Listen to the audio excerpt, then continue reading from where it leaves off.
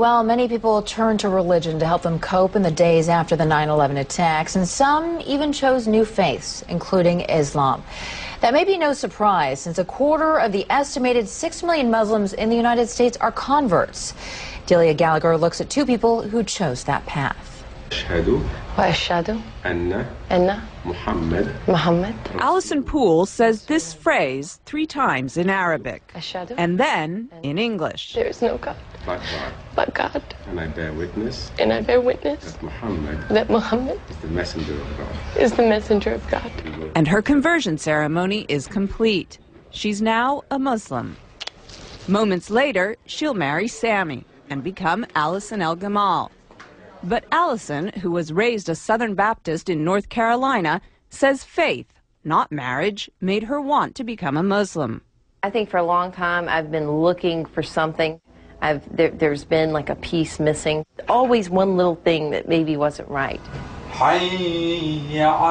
At a ceremony marking the Muslim holy month of Ramadan, she explained why Islam appeals to her.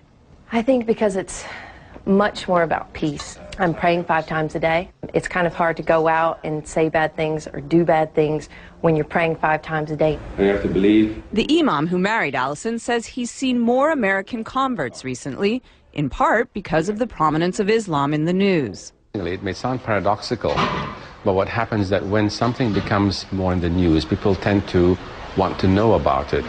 Allison says she was already on a spiritual quest when she began to hear a lot about Islam post 9/11. Barbara Cardebuke, another recent Muslim convert, says 9/11 also played a part in her conversion. After 9/11, I thought this is the time when people really have to start looking for real answers to get away from everybody fighting back and war. You have to start looking towards God. Barbara says through Islam she found a one-on-one relationship with God she was unable to find as a Roman Catholic. I always felt when you go to church you're praying to Jesus or you're doing Hail Marys. You're not, I used to think, well, where's God? She says her family has been mostly supportive of her conversion. Allison says her family is completely behind her decision, but occasionally she's reminded that not everyone is. I was walking around down near the World Trade Center, and this woman walked by, and she said, "I want to just go bomb those Muslim bastards." And I heard her say it, and it really struck me, because I was like, you know what, that's me. This is something that's brought me a peace that I've never known. And it's still so misunderstood. It's a choice she's proud of and says she'll keep for life.